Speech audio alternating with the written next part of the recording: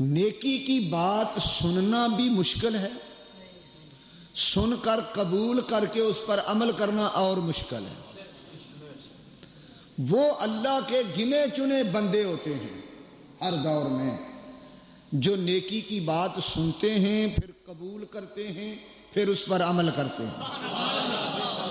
وہ لوگ ہیں جن کو اللہ تعالیٰ نے جنت کا وارث قرار دیا۔ تو حضرات گرامی، چونکہ یہ بیماری عبادت میں اخلاص نہ ہونے کی بیماری عام ہے، علماء میں بھی ہے، پیروں فقیروں میں بھی ہے، عوام میں بھی ہے، حاجیوں میں بھی ہے، نمازیوں میں بھی ہے، غریبوں میں بھی ہے، مالداروں میں بھی ہے۔ یہ ملک گیر نہیں بلکہ ہما گیر بیماری ہے، سب کو یہ مرض لگی ہوئی ہے۔ پوری دنیا کے جسم کو کھوکھلا کر دیا ہے اس مرض نے۔ ریاکاری، شہرت، عزت، دکھلاوے کی خواہش۔ آئیے آج کے اس خطبے میں آپ کو یہ دعوت دیتا ہوں کہ اخلاص عمل کے لیے کوشش کریں۔ جو کام کریں، جو نیکی کریں، جو بھی ہم عبادت کریں، پہلے نیت درست کریں پھر شروع کریں۔ پہلے نیت درست کریں، نیت کا قبلہ درست کر کے پھر اس کام میں مشغول ہو جائیں، ورنہ وقت ضائع نہ کریں۔ اگر نیت کا قبلہ درست نہیں تو جتنے عملوں میں لگے ہوئے ہو یہ تضییع اوقات ہے، وقت ضائع ہو رہا ہے اور فضول ہے سب کچھ۔ دیکھیے نبی اکرم صلی اللہ علیہ وآلہ وسلم کی حدیث ہے، بخاری شریف کتاب الایمان۔ آپ نے ارشاد فرمایا، من قال لا الہ الا اللہ مخلصا من قلبہ دخل الجنہ۔ جس نے لا الہ الا اللہ کلمہ طیبہ پڑھا اور اس پڑھنے میں مخلصاً من قلبہ دل سے مخلص ہو کر پڑھا، یہ شرط ہے، دخل الجنہ، وہ جنت میں داخل ہوگا۔ یہ بشارت جنت میں داخلے کی کلمہ پڑھنے والے کے لیے نہیں، اخلاص والے کے لیے۔ کلمہ پڑھا بشرط اخلاص، اس کلمہ پڑھنے میں اخلاص ہوا تو پھر جنت میں جائے گا، ورنہ زبانی کلمہ جنت میں نہیں لے جاتا جب تک زبانی کلمے کے ساتھ دل کا اخلاص شامل نہ ہو۔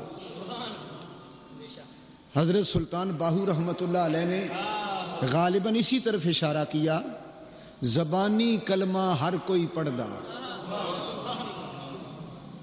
پر دل دا پڑھدا کوئی، اخلاص والا کلمہ کوئی کوئی پڑھتا، زبانی کلمہ ہر کوئی پڑھدا تے دل دا پڑھدا کوئی۔ اب حضرت سلطان باہو رحمۃ اللہ علیہ سوچتے ہیں کہ سوال ہو سکتا ہے کہ دل کا کلمہ کس طرح پڑھیں، کوئی طریقہ بتاؤ۔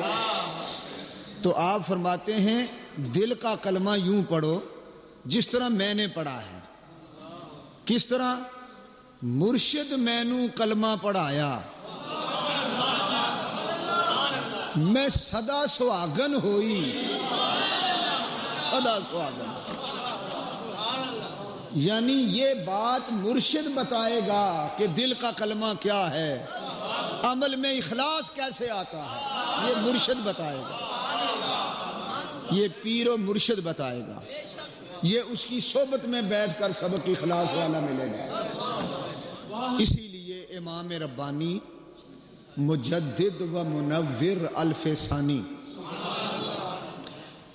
رحمت اللہ تعالی علیہ نے ارشاد فرمایا ہے کہ 3 چیزوں کے مجموعے کا نام دین ہے، 3 چیزوں کا نام شریعت ہے۔ دین شریعت 3 چیزیں ہیں، پوچھا گیا حضور کون کون سی؟ فرمایا علم،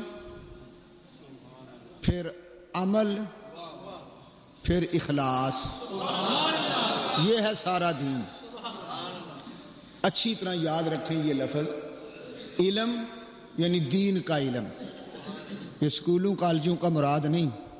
علم سے مراد قرآن و حدیث کا علم، فقہ کا علم۔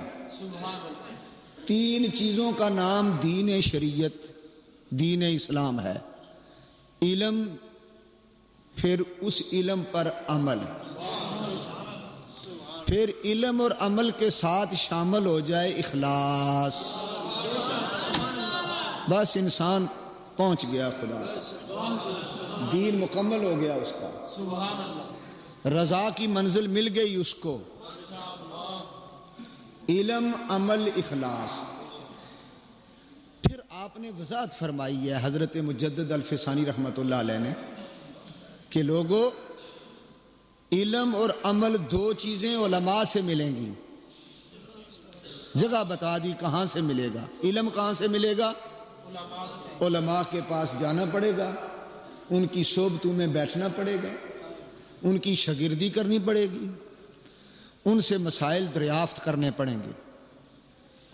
علم اور عمل، یہ دو چیزیں تو علماء سے مل جائیں گی، لیکن اخلاص صرف اولیاء سے ملے گا۔